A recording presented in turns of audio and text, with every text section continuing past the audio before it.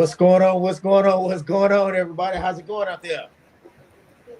You What's know, happening, man? Happy again, Veterans Day to all you soldiers out there. absolutely, Soldiers. absolutely. Happy Veterans You Day to two of the laziest soldiers I ever worked with in my entire career. Hey, no, man. Hey, happy Veterans Day, man. yeah, you too, Appreciate the man. support, the You too. service All from of the veterans everybody, out there. everybody that's out there in the comment world, the social media world for Sure. all you veterans, everybody. Hey, before we get into the show, I need to classify something, right? A veteran, if you got out before you completed basic training, we're not talking to you. Okay. If you Yeah, were in JROTC in high school, we're not talking to you. talking to Okay. you. If you were in the Salvation Army, we're not talking to you. Okay. We talking to real veterans. If you are a Kev, what's going Stolen on, Valor Red Jet? What's going awardee, on, y'all? Hey, we back. Another episode, the post-game show to the mighty Regal Eagle. We're gonna be talking about the game up in Lambeau Field between the Flying High Eagles and the Packers, right? We're gonna talk about this game, man. We got a lot to talk about. Everybody, what's going on in the comments? We see y'all out there. We appreciate the support. Hey, for those of you, if this is your first time to the show, we just ask that you like, subscribe, share, hit that blue bell notification. So what? You'll never miss a show, right? Hey, but we right. don't want to hold you back. We don't want to hold you back any longer. Hey, we just go get into it, man. Duke, we start with you, man. Hey, so what does a low scoring game like this mean? You know what I mean? What do you think for both teams, how they perform? Excuse me. It tells me that both teams have a very good defense, and neither game knew how to maneuver around those defenses. You Okay. know, when you got two teams that can't score, that's saying a whole lot towards the defensive staff. That means they've studied a lot of tape. They kind of know what's going on. They know what tendencies and things that the opposing teams are doing. So it's either that or both offenses are just playing like straight up hoopers. It's one of the two. But it goes to show to me honestly that both defenses were ready for the game. They knew what was coming and they were prepared for it. Okay. All right. What you got? What you got it? Hey, 100%, man. They both teams were ready. Both teams showed up. Both teams performed. I mean, we won by 3 points, and that's not saying a lot. That's almost an equally matched game. We got one field goal ahead. They were to the point to where they could have got a field goal, but we got the strip sack. They were in Yeah. position a couple of times where this game could have went into overtime, but it didn't. But definitely a testament to both defenses, man. Of course, I think our defensive stop and our defensive show was a lot more dynamic than theirs. We had those 3 sacks. They did have a fumble, but we had that nice strip sack late in the game by Reed Blankenship on Jacobs. But I mean, it was a great matchup, man. We had each other's numbers, and it was just a point of who was going to come on top, who was going to be on top when the time ran out, and it just happened to Yeah. be us. Yeah, So. yeah. Hey, I think both things can be true, man. I straddle the fence on a lot of things. I see both sides. I think both games can be true. I love a good defensive game, but at the same time, as a fan, it's kind of frustrating, especially when we were playing like we were last night. Our offense, yeah, the defense was good. The Green Bay Packers defense was good. Not taking nothing away from them. Our defense was just as good. But I think our offense was lackluster last night at best. You know what I mean? Some of the plays, I mean, a lot of head scratchers on why we were running certain plays. I mean, 3rd and 14, like we were talking in the chat, 3rd and 14, you want to run it, but 3rd and 2, you want to pass it. Like, what are we doing, man? It was some of those head scratches, man. Those head scratches is what, kept me going. Hey, what's going on, Reggie? We see you out there. We appreciate the love and support. Hey, so, AJ wasn't a factor in this game. I know it's going to come up. It came up last year. It came up the beginning of this year. Do y'all think what's going to transpire from that, Gotti? Man, I watched, I rewatched the game. I watched this time. I watched it the second time on YouTube where I got the highlights, Yeah. and I went back and I didn't watch the ball. I just watched AJ, and two things. One, the routes that AJ is known for, like the slants, the ends, they all were either covered really well or they were double teamed. So those were out of it. And two, I honestly think AJ is still hurt. Mm-hmm. I think he's still hurt. I mean, there's a couple of times where I saw him stop running. There's not a lot of times I really saw him take off down the field. I was really surprised that they counted on him for that pass on fourth down at the end of the game that that's going to come up later on. Yeah. I actually think he's still hurt. Yeah. Okay. Okay. What you think, God? Is it a little soap opera drama that's gonna come of this, or is it status quo? Uh, I think some drama is going to Okay. come. I think some drama is going to come. It just seems like no matter what it is, it does come. The little cryptic tweets and everything like that. But like I said, man, it's you also got to sit back and you got to think about. I'm the look at Saquon, right? Saquon, the NFL's leading rusher last year. So what do teams do this year? They're going to shut him down, right? So AJ Brown, you are the premier receiver. Teams are going to shut you down. They're going to do the best to make sure you don't get the ball. Who are you mad at? You mad at them for doing a good job, right? Just like how you say, Hurts is a $250 million athlete. He gets paid to throw the ball. Those guys on the other side of the ball, they're not getting paid as much, but their job is to stop you. Yeah. You know what I'm saying? Those defensive coordinators' job is to make sure you don't kick their ass on the field. They're doing their job just like you're trying to do their job, and it's just a matter of who's going to win that battle, right? But now if it's two on you, 2-on-1, and they say, okay, we're not going to focus on the run, we're going to focus on AJ Brown. Then, bro, I mean, you gotta accept. Sometimes you gotta accept being a decoy, right? Yeah. Being a decoy and let Smitty shine and let Dotson shine, and that's just team effort. You know what I'm saying? So it is what it is. Sir Duke, hey, he's the assistant OC out there, man. Hey, so why didn't you get him involved, man? Why didn't you change up some routes? What's going They on? ain't Okay, turned his so mic on. I told them that they no. turned Okay, his so mic look, on. no, look. My mic was definitely on. The repeater wasn't on. Okay, the Oh, repeater wasn't on. oh, My mic was definitely on, but the repeater was on. But I understand the question. We're trying to get AJ in the game, but here's the deal. Like Gotti said, I don't think that AJ is still hurt. I think that Kevin Patullo was putting AJ in a situation to where it's we want to get you the ball, but because you're covered up, if we don't get you the ball within the first 5 seconds, then most likely you're covered. And by that time, AJ, a lot of times you're done with the route. So it's hard to come back to you because Jalen Hurts has already looked off of you. There was a play, AJ was in the middle of the field, and as soon as he came on his break, he stopped running. We can't have that as a number one. that's why I And said I think but he but hurt. Stop but running. but with that being said, we can't throw the ball to AJ 2 times for 17 yards and his longest pass is for 7 yards. Either we need to switch AJ up. We need to switch AJ up. Hey, I'm, Yeah. I'm going off. I'm going off of what's on ESPN. So No, I agree. I agree. yeah. So we either need to switch AJ and Vontae up as far as the routes are concerned, so that AJ is getting some of those deep ball threats, and Vontae's coming. I'm not gonna say in the middle, but doing those shallow routes to get him more involved. But Yeah. I truly think that if it's not happening, then I think that Kevin Patullo and maybe Nick Sirianni are maybe potentially knowing that he's frustrated and knowing that this could potentially happen, and are putting him in a situation to where we don't want to get him hurt for a potential trade market value for next year. Yeah. So this is what I'm talking about right here. Now we're talking about trade value, market value. What we talking about? What that mean? What you mean by that? I mean, if looking at it, hey, if Howie's going to go out there and try to put him out there in the market, like let's see what we can get for him. If we can't get what we want for him, then we'll keep him and try to get him back reiterated into the passing scheme. But if we can get some trade bait for him, then try to get some trade bait.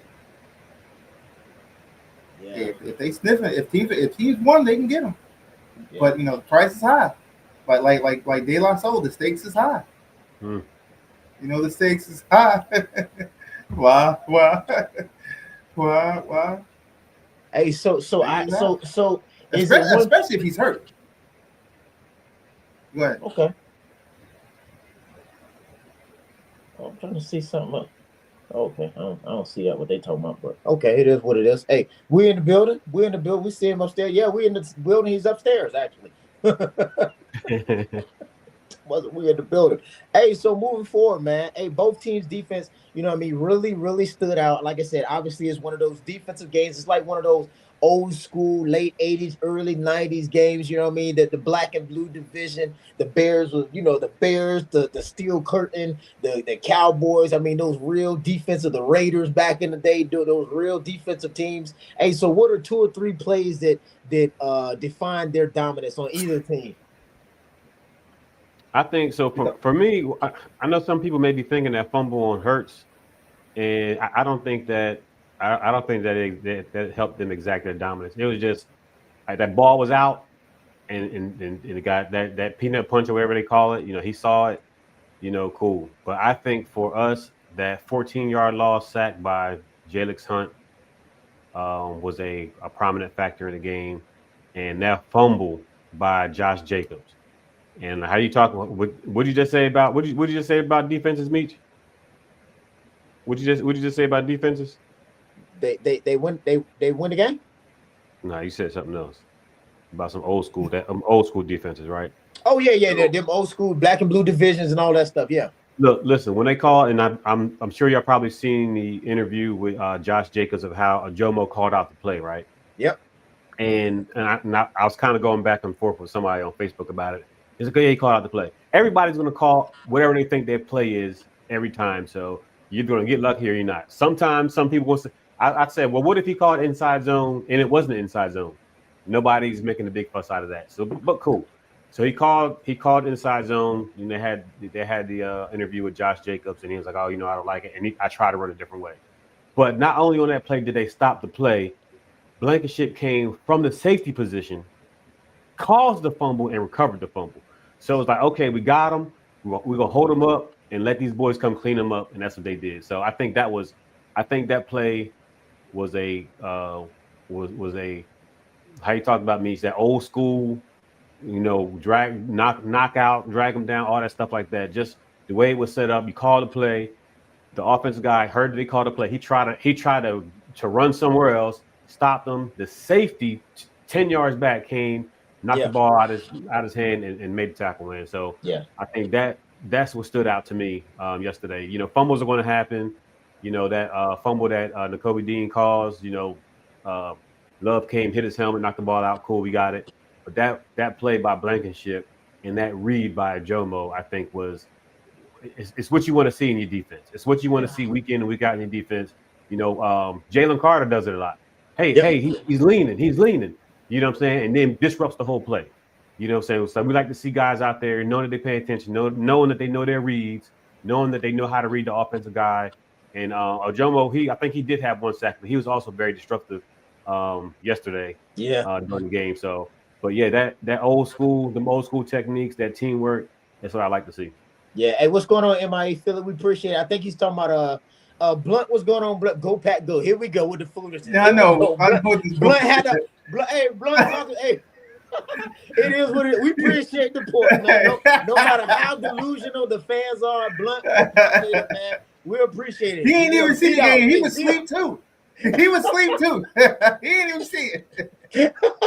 He begging. No, man. Hey, but we, hey, like I said, it was a defensive thing, man. We a couple plays stood out. That play that he was talking about. For those of you who knew who up here, I don't know if y'all understand, man. I said I was sick and tired of being sick and tired of our defense. I went on Indeed. I applied. I got I'm the offensive, the assistant defensive coordinator, right? I'm doing it remote right now. But basically, I just wanted to say I felt good when I called that play. I knew y'all were going to like that. I had to shake them up a little bit, put a little spin on it. You know what I'm saying? When I called that defensive play. Hey, but Duke, what you think, man? What are your couple plays? Yeah, believe it or not, I had the same as that one. I mean, I'm gonna the Jones calling out the play on 4th and 7, the Jalen Hurts sack, and the fumble call. The same one, same three. Yeah, believe it or not, the same one. Yep. Hey, so we're talking about defense, man. The defense, the Packers, obviously they have a good defense, man. Their offense doesn't match up all season. They actually lost their 3 games that they lost is about 33, 35 points total combined. I mean, that's how many points the other teams have scored. So, I mean, it's little things that they just need to click for them. But as far as their defense, one of our guys, I think he was helping them out this game, man. Number 68, Gotti called him out during the chat, man. Malata, man, what's going on with him this season, man? What is going on? He went from a premier offensive lineman to Like, God dang, look like he Yeah, played for the Browns. giving them 10 yards, 15 yards. Like, come on, man. Like you 5 yards Yeah, here, 5 yards there. You know what I'm saying? I got worse. I got worse for him later on down the line, but Okay. yeah, definitely he definitely isn't the top saltpeter performer and like he stuff. was last year. MIA Philly. Hey, Duke, that's your boy from Atlanta, the spot y'all used to go to? Yeah, Okay, yeah. okay, okay. Yeah. Okay. Hey, so we say, hey, so any key matchups that y'all saw? Gotti, I know you watched it twice. Duke, I know you was eyes on any key matchups that you were looking for that you saw that were favorable, or you know what I mean, that favored the Packers, that favored the Eagles on this show. Duke, what did you see? What is it? Jalen Phillips. For him to come in with a limited amount of time, a limited amount of practice, and to do what he was doing on last night's game was A1 to me. I mean, the guy came in. He got uh four solo tackles, one tackle for Okay, loss. And, I okay, mean, he came in real nice at this game. You know what I'm saying? I to be honest, like I didn't think he was going to do as well as he did, but to get those numbers on his first game in, one in for the team that he's like he said, quote unquote, dream to play for. Hey, shout out to him, man, straight up. Even the Kobe Dean coming back, and y'all already know, ain't been real. You know, I ain't been on the ups with N'Kobe. The past couple, 2 seasons, but he came in, did fairly well. 7 solo tackles, 1 sack. Can't get mad. And even that 1 sack that he had, it looked like he was holding on for dear life, but luckily the ball came out. So yeah. he still got to give it a sack. So shout out to him. But yeah, so those two were definitely not nice for me. I like Hey, so we talking about matchups and all of this stuff. Red Jet, we see you in the comments. We appreciate it. Everybody's talked about it here. Gotti talked about it. I think game one, right after the preseason, of how Saquon wasn't going to have the same success that he had last year. Right? We all understand that. We say that every time. But my question is, why aren't we putting Saquon in better situations where he can run? You know what I mean? So because the reason why I say that is last year everybody knew he was going to run, couldn't stop it, right? And so what makes this season different from last season? And then if you look at Indianapolis and Taylor, I mean he's running over everybody as well. You know what I'm saying? So what is it? Is it our line not providing the holes that they provided last year, or what is it, Gotti, you think is going on? I think it's a little bit of everything, man. But I'm gonna tell you, like just how let's take a Jomo call that inside zone. Now people are doing the same thing to us, right? Yeah, Just like that one, they showed that clip with my man from 95 from the Chiefs, Chris Jones.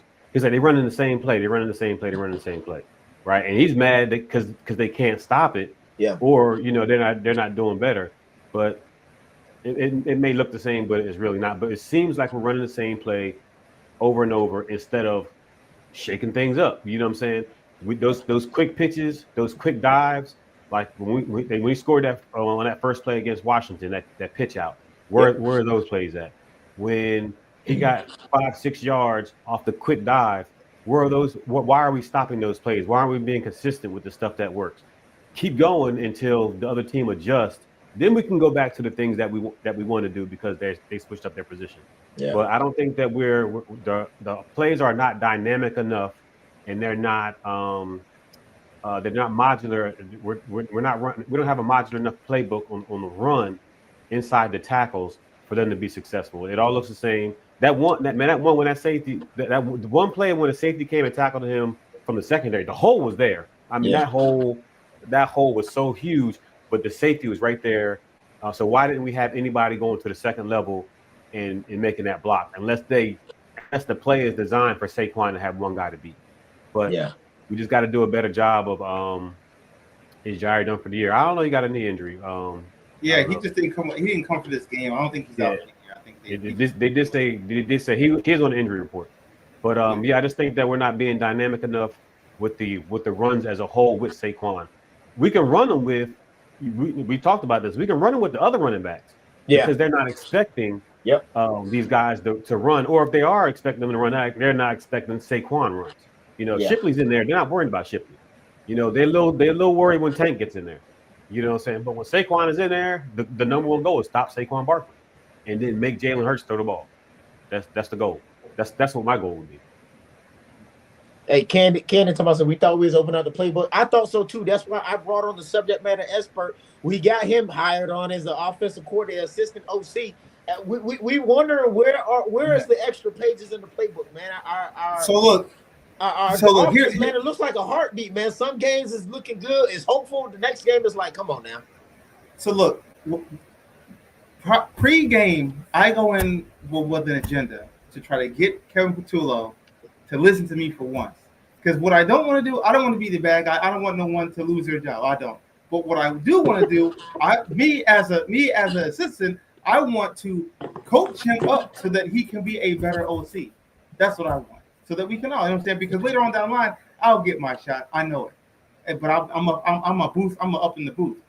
But my thing is with this, the reason why sometimes Saquon, I take it back, look at it like this. Every single time Saquon runs outside the tackle, he gets at least 7 yards.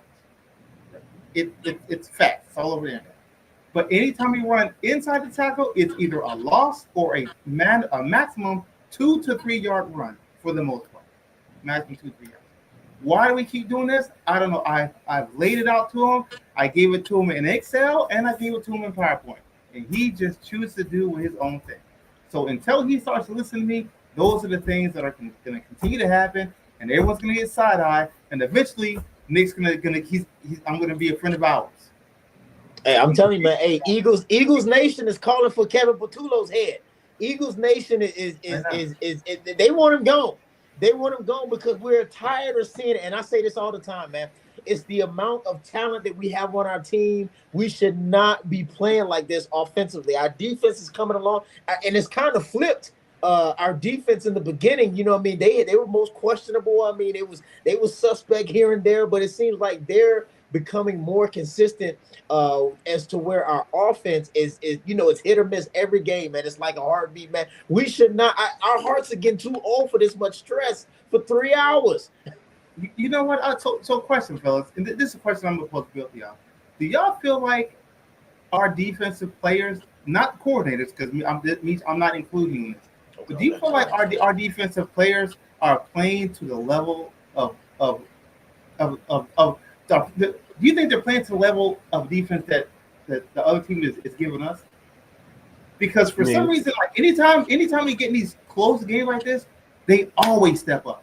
Every single time they step up. Now I don't know if that's because Michi was all over him, Pauls in the locker room during halftime or whatever.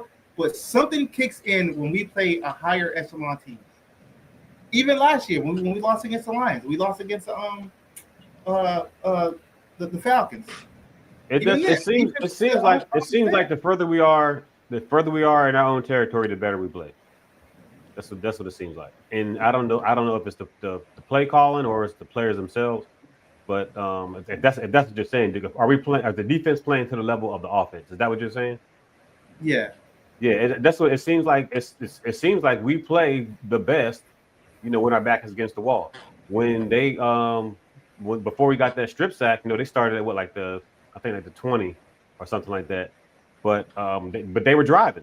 They were driving 3rd and 10. They get 25 yards. 3rd and 10 from inside the other end of the red zone. But then when we get down to our side of the field, strip sack.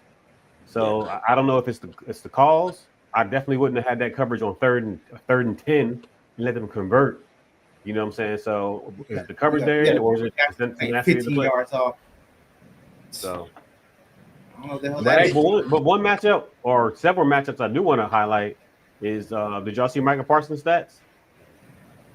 Lackluster. Nothing. Maybe one tackle. This guy getting paid, what, 188 million, 120 guaranteed, and we have our Lane Johnson came back in the game hurt, limping around. We got a backup center in. We got a backup guard in.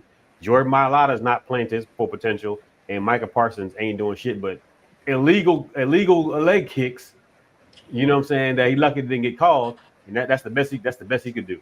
So I definitely want to give a shout out to the line for keeping him contained yesterday. The thing that always gets me, man, is as long as I've been watching football, is you have guys, teams, they play, whatever. They play mediocre the whole game, and then the 2-minute drive, they play like it's the Super Bowl. And I just why can't you do that the entire game? Or half of the why do you only play good? You can drive the ball at will in the 2 minute drive, except for us, because sometimes Hurts, we know what happened with him, But I'm talking about overall, how does that happen? I don't know. Candy, we all saw Michael Tripp. Yeah, prime example. Patty Mahomes can go and score a touchdown in 13 seconds. But on during the game, it'll take him 7 minutes to get down the field. Hey, Please, that's help me popular. understand They might be doing that on purpose. I mean, God, man, Lord have mercy.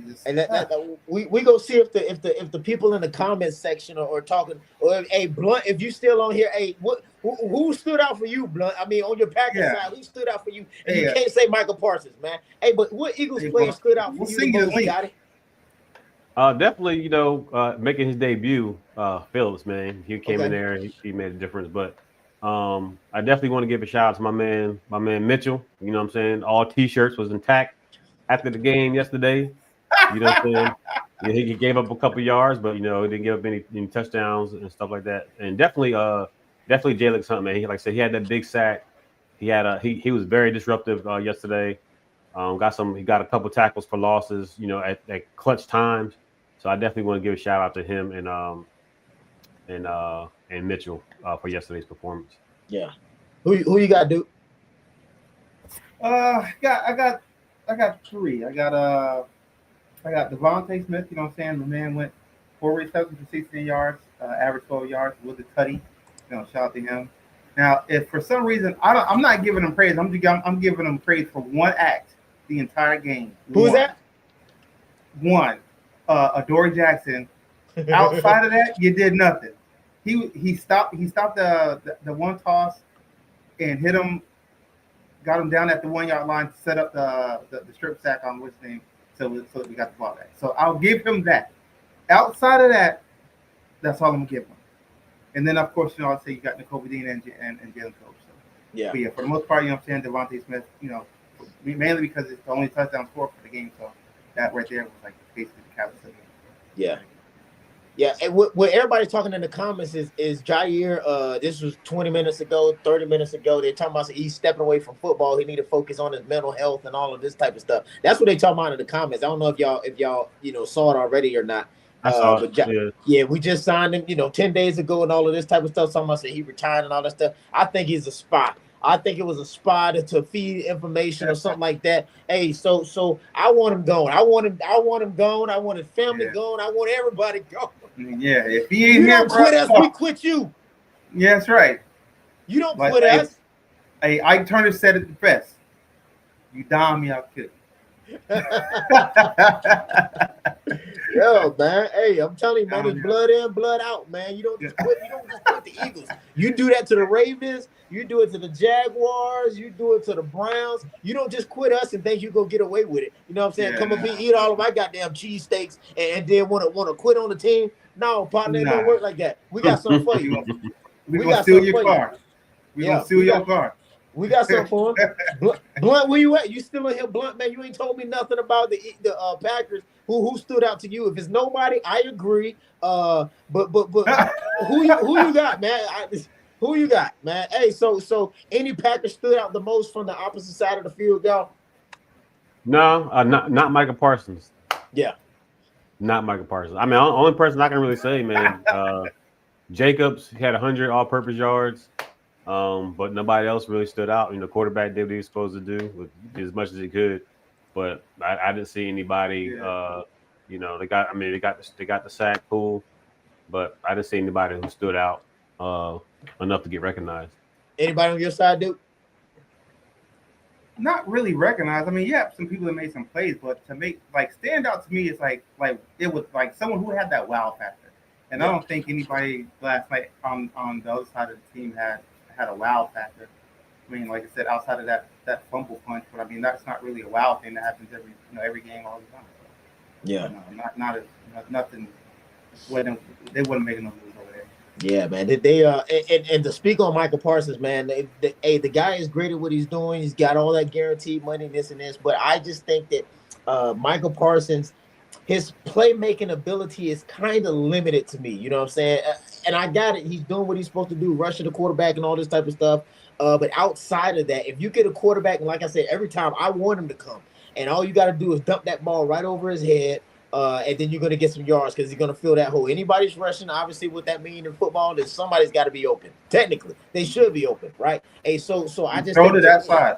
who You throw to the side who's rushing. If he's coming to the left, you throw to the left. that's football 1-on-1. You learn that at Pop Warner or whatever you talking about, Mhm. learning that type of stuff over there. If somebody coming from you, you do that, you dump it to that side. So if you have a quarterback that's going to be releasing the ball, I mean, the top ranks in the NFL right now is like 2.3 to 2.5, 2.55 seconds. That ball is released out of the quarterback hands. If you got somebody with a quick release like that, it's definitely going to shut down all of that blitzing and all of this type of stuff. And so I think Michael Parsons is really one-dimensional after that. You know what I mean? As far as protecting the dedicated runs up through the holes and all of this stuff, I don't know, man. It is what it is, babe. But what adjustments did you see at halftime that we made, man? Because obviously the weather was a factor for both teams. You know what I mean? It was cold as I don't know what out there. I got it. I could be playing. That's why I had to do it from home. I'm on the field. I'm a fair weather coach.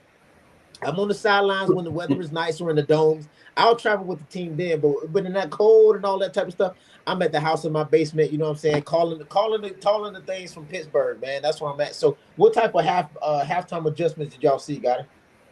I wouldn't be surprised if Smitty went back in the locker room at halftime and helped them dial up that touchdown play. Yeah, Same type of situation from because 2 weeks ago. Yeah, so most of the plays that he caught, the routes he ran yesterday were outs, 10, 15 yards out, few ins, and then after halftime, he ran almost, similar, not to quite the dagger, but you know what I'm talking about. Yeah, Just beating that him one on one at safety deep, and it's funny because if you listen to the replay, Troy Aikman is like, well, it's kind of unfair for the safety that he has Devontae Smith one on one. You know what I'm saying? So. I don't know if but the thing I don't understand is why aren't we exposing these guys whether you see it or not, in the first half. We talked about this. We're not doing these hit him with the long ball early in the first half. You know what I'm saying? yeah, So but I wouldn't be surprised if it comes out that he went back in the locker room at halftime, he told them what he sees out there, and then they capitalized off of it. So and if you look at that play, you can see Jalen, I don't know if it was planned or not, he did that shoulder fake. I don't know if it was trying to get whoever was helping that safety to bite, so he could get him that one-on-one, because he doesn't do that often. He doesn't do that shoulder pump often.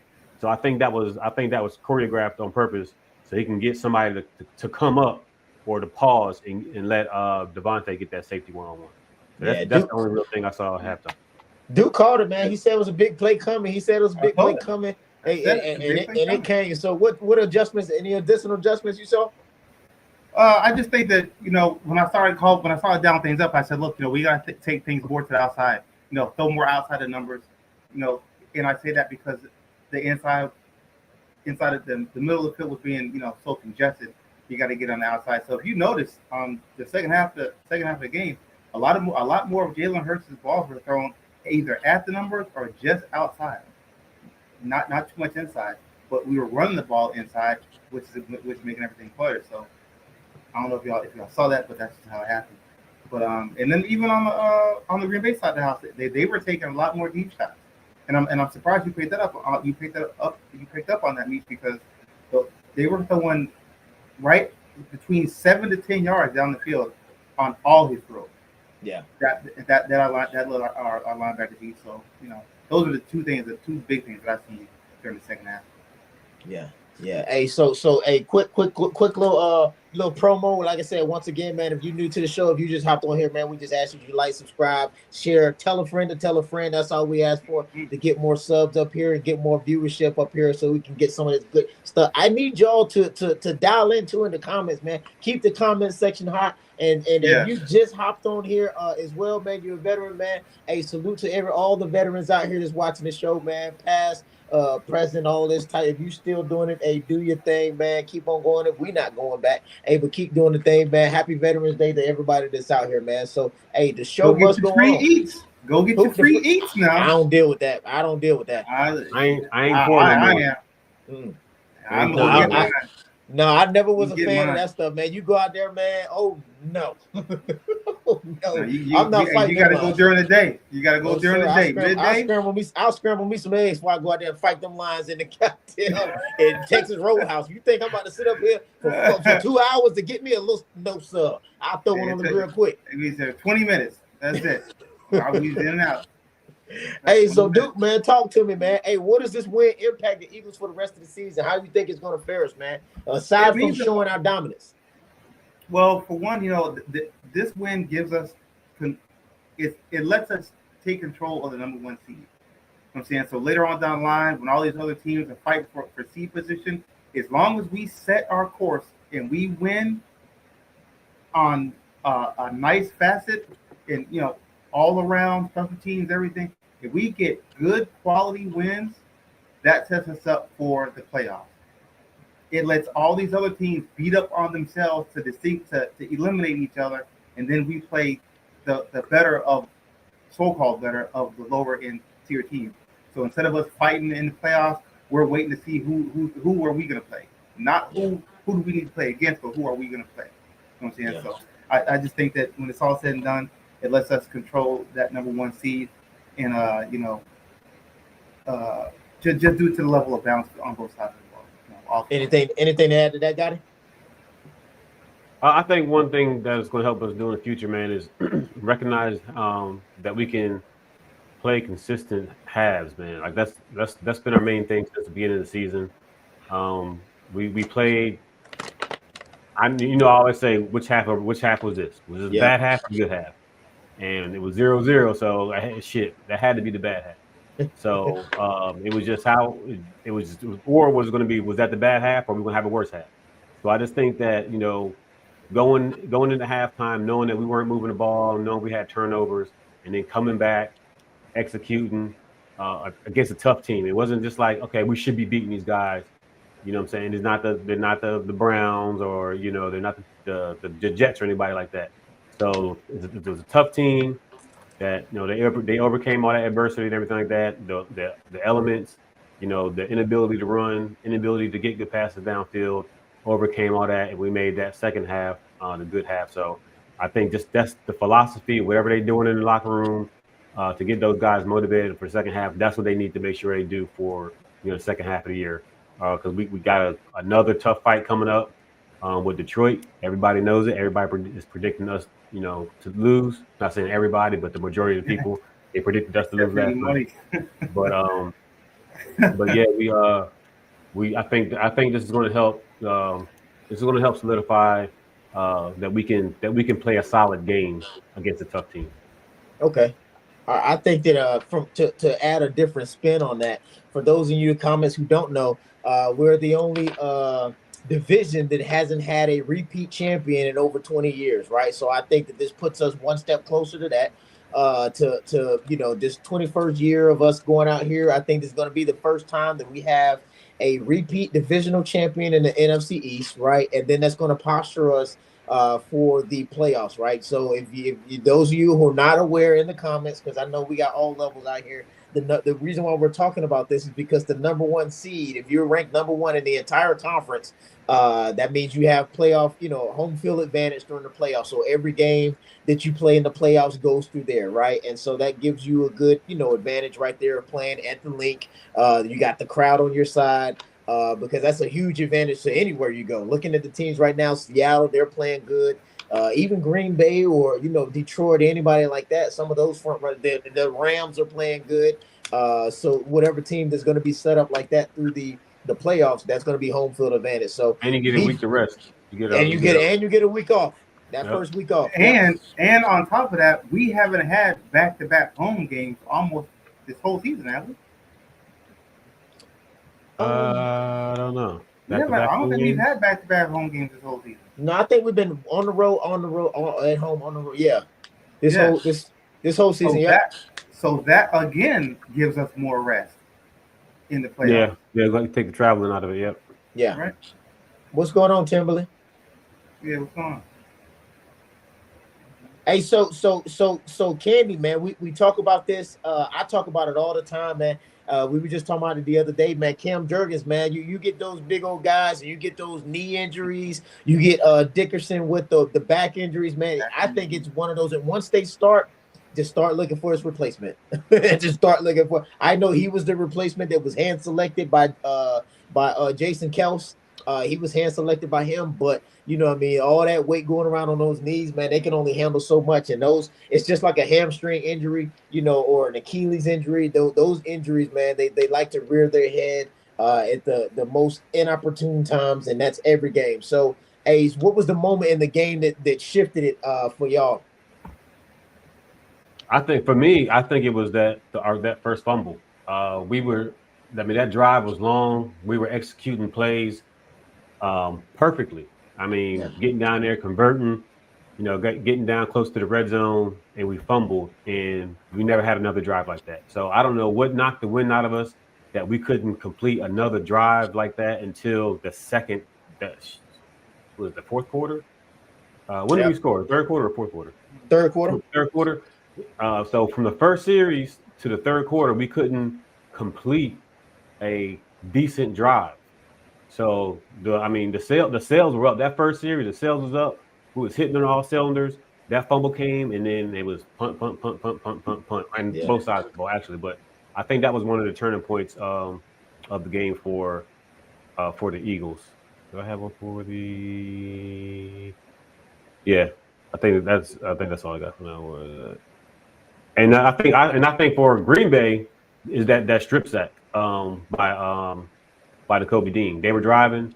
They had a chance to go down there and tie the game up or whatever, and that just took the sail out of them. So for us, that strip sack was the turning point against the Packers in our favor. So Timberly, at what point did you see the life come back in the offense? I'm wondering that when you say you saw it come back, what was it at? Timberly, what was it at? Hey, so anything for you, Duke? Anything to add to that?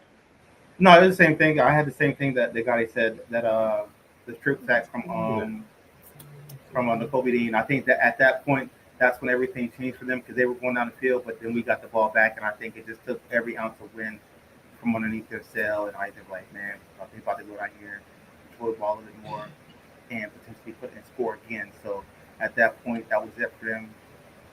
They shot themselves in the foot a lot, which is good for us, and it's a good problem to have. But at the same time, it's not like we weren't doing the things that we were supposed to do to control the ball, Yeah. control Yeah. possession, things like that. So yeah. Hey, so come on, man. Let's talk about this. Hey, I got this question. This question is for you, the assistant offensive coordinator. You supposed to be calling the play. What was y'all doing? What was you doing, man? We got old hearts, right? And we calling it these fourth and down plays and all of this. What is it? Again, man, there's only so much I can do. I can do and say. You know what I'm saying? I can only you can lead a horse to water, but you can't make them think. You know what I'm saying? It's just what it is. You can lead. I can draw it up right here. Kevin Tulo, look. Remember this play? And look, I be having to walk up to Kevin Tulo with the tablet in my hand. Check it out right here. You know what I'm saying? And I'm flipping up my stuff. Hey, right here. This is what you gotta do. It's right. It's waiting. He's gonna look at me and he's like he does it every time. He's like, I got it, Dennis. I got it. I said, okay, all right, fine, you got it. Well, then get it then. If you got it, then get it. Okay. I don't know what more I need to say. But when it's all said and done, I don't know what he was thinking. I don't know why he's not like Gotti said earlier, like he's not calling more diverse plays. Like I just don't get it. Like you go 1 week from calling good plays, and then the next week you go right back to doing the things that you're used to.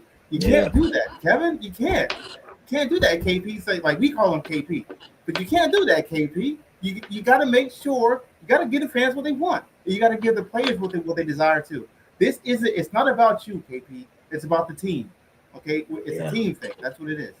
I don't know, man. Hey, I know you say you don't go out for people's jobs, but I do, man. Hey, I go out for people's jobs.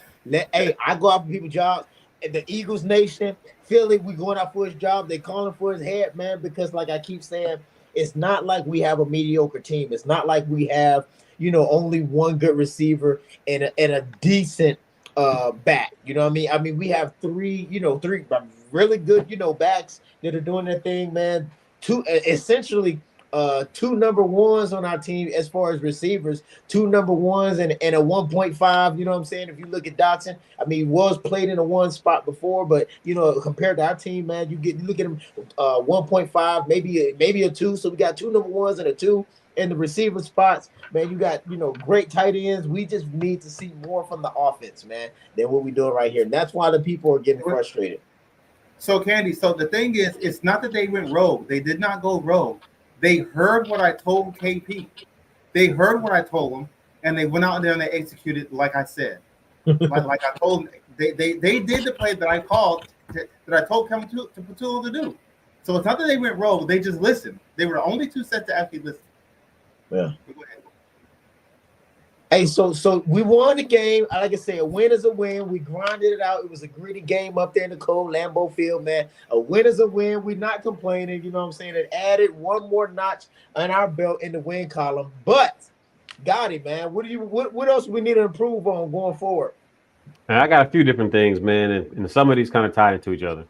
So definitely the play calling, man. The aggressiveness of the play calling, I think still needs some work. All right, and we're just like going back to this 4th and 6. If we we put ourselves in that situation, and we shouldn't have, right? So I think we ran two consecutive run plays that hadn't worked, and then we threw the long ball to AJ. Why not at that time go for a high percentage play? You have the tight ends who was balling the whole day, right? They overthrew the tight ends or had bad passes to them most of the time, but for the most part they were open. So high percentage play that was probably better at that time to throw opposed to throwing it to AJ, right?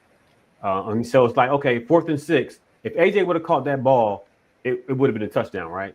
Which would have been great, but that shouldn't have been the goal at that point. The goal should have been to convert, control the clock, and win the game. Touchdown would have been great, but that percentage of that play was too low, and it was too much of a critical time at that position in the field to run that play, right? Second thing, getting us in positions like 3rd and long, 2nd and long, and that goes back to what we was talking about earlier. Jordan Mailata, right? We talked about last week how if you get a holding penalty to save your quarterback, we can live with that, right? We need our quarterback. If we have to, we'll punt the ball away and we'll start over. Hopefully the defense 3 and out. We'll start back over on offense. But you are a all-pro lineman getting pre-snap penalties, and then trying to blame it on the defense. Like ain't nobody moved but you over there. Nobody moved.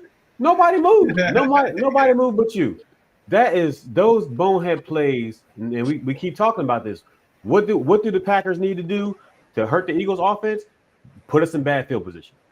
Put us in bad field, and that's exactly what they were doing, and that's what's killing us. So we have to stop those pre-snap penalties for the future. Next thing, let me show how much time we got. Next thing, we gotta do something about Campbell and that coverage down on them streaks, because he got beat by, was it Denver? When he got beat on the sideline when he fell, Campbell. Yep. And then he got the pass, and then he got the pass interference call yesterday, right? Because he was beat. Because he was beat. So I don't know. I didn't go back and look at the whole entirety of that play and how it developed, see what side the tight end came from or whatever. But something needs to be done about that coverage, because if they were running that play earlier in the game, they might have saved it, for when they really needed it. If that would have been their bread and butter from the first snap, we'd have been killed yesterday. So something needs to be done about that. Facing a gauntlet, Denver. Yep. But yeah, definitely those. And that's actually the last thing is that coverage on that last drive. Like I said, it was 3rd and 10, and they converted for 25 yards. So those are the type of things that we need to stop, because if that was on the other side of the 50 or in the red zone, that defense would have had a touchdown against us. And at that point with this game, that's definitely something that we couldn't afford. But definitely those pre-snap penalties, that is one thing you can control, right? You can't coach. You can't get out on the field and coach those guys getting beat down the sideline. You can't tell those guys to stop grabbing jerseys, but you don't have to move until that ball is moved. You can control that. And that puts us in bad field positions, and that puts us in positions where we have to pass, or like somebody keep mentioning, we're running the ball on 3rd and 12 because we're not confident of our offense to convert on third down. So we're okay. We're going to run the ball, and we know we're going to punt it next because we don't have the confidence in our offense to get the first down. So Yeah. we gotta stop those. Definitely got to stop those pre-snap penalties.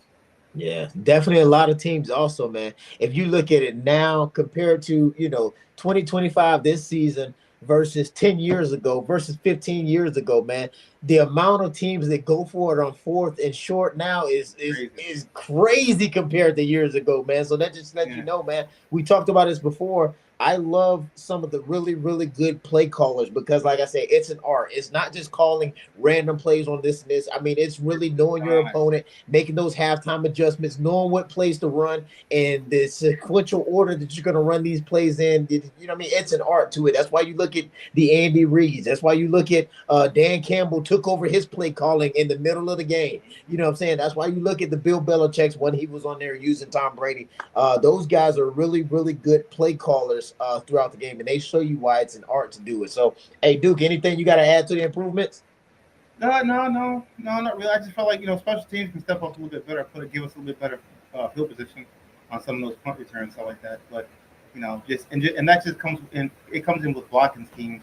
Like back in the day, Gotti, I'm quite sure Gotti was out there returning pucks too, because Gotti he was a master of all trades. So you back there and they kick the ball. The first thing the kickoff team, they want to build a wall. You know what I'm saying? Like these guys now, they're not. Hey, these boys, they building shacks out there. Yeah. You might get maybe one hole to run through, and if it ain't there, you got to freelance it at that point. So special teams, I just feel like they need to go ahead and just bump up their knowledge and their playing a little bit better.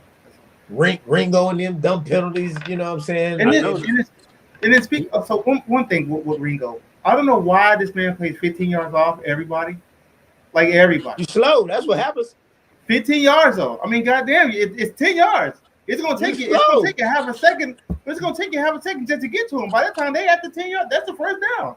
Come on. Slow. You know what I'm saying? That's I'm trying to get rid of it. Even with the out routes, like why are we playing so far in towards numbers when you know on 3rd and 4, if it's a pass, come up. It's some type of out route to get out of bounds. And I don't understand why we see it. Yeah, I'm in the booth. You in the booth. We can see it, and we're calling down. We telling them what's going on, and I don't see how that's not getting back to them. But hey, it is what it is, man. We say Candy can't flip the hips. Yeah, can't. Hey, like they always say, man, all good things must come to a stop, man. We're at the back end of the show. We don't like to keep it too late. That's hey, right. So we talked about the Lions matchup a little bit. We don't want to hit that too much because you're gonna have to tune in on Saturday morning, 10 o'clock, to find that pregame show when we play in the Lions. We'll talk about all of that stuff. We're gonna break everything down about the Lions. We don't want to do it on this show, so you're gonna have to tune in for that. But like I said in the beginning, man, like, share, subscribe, tell a friend to tell a friend. We need the screw. We appreciate the support. A salute to all the veterans that's out there. Duke, what you got? Last words. Hey man, appreciate y'all for coming in, man. Hey, because normally we coming on Mondays, but hey, it's Tuesday. Y'all still with us, man. Hey, Rob James, I don't know where you at, but you should have been here, man. You missed a good one. Got it. What you got? Hey, thank y'all for tuning in, and happy Victory Tuesday. Absolutely, y'all. So like I said, man, we appreciate the love, peace, and support, man. We see y'all Saturday, 10 o'clock a.m. for the next show. Peace. Peace out.